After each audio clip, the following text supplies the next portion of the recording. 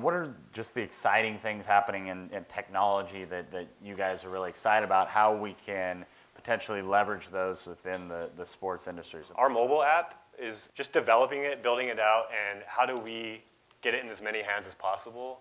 And how do people who are not at the game, how do they feel like they're at the game through our mobile app? How do we connect them to what's going on at the game during timeouts, breaks in the action, halftime?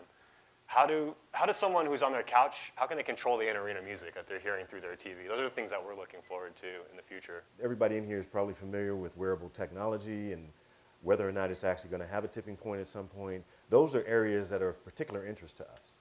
So when we talk about music and how we deliver music, we're looking at the use occasion for when that music is delivered. But we're also looking at ways that a consumer can actually benefit from this conveyor belt to enhance their lives and make cool experiences even richer. We're always looking for ways to tell the authentic story outside of just the typical ad, right? But we're also looking at other ways to integrate sponsorships with the content that we create. For example, we have a business called Rivals.com. Rivals.com focuses on high school recruiting for predominantly college football teams. And one of the things that we've been able to do from that base is to build new sponsorships around college football. I think it's going to be interesting to see the next round of collective bargaining agreements with the pro leagues, because the labor unions in professional sports, in my opinion, have allowed the conversation to be dictated by the leagues, meaning let's talk about it in terms of a percentage of revenue.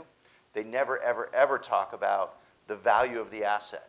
And now all the conversations are about the valuation of the teams, and teams worth over $1 billion, worth over $2 billion. The players never see any percentage of that, so why are we only talking about, well, they have to be under 50% of revenue? It doesn't make sense. The innovation that we see, in addition to all the other things that the guys are talking about from a consumer-facing standpoint, is how we can produce more great content in an economical way. We're using the internet infrastructure that's used to transmit a lot of the research data that's generated on our campuses to transmit our video content. So we don't need to use satellite trucks like traditional sports television does. We can transmit that content over the internet infrastructure all the way back to our headquarters in San Francisco and then push it out to our distributors.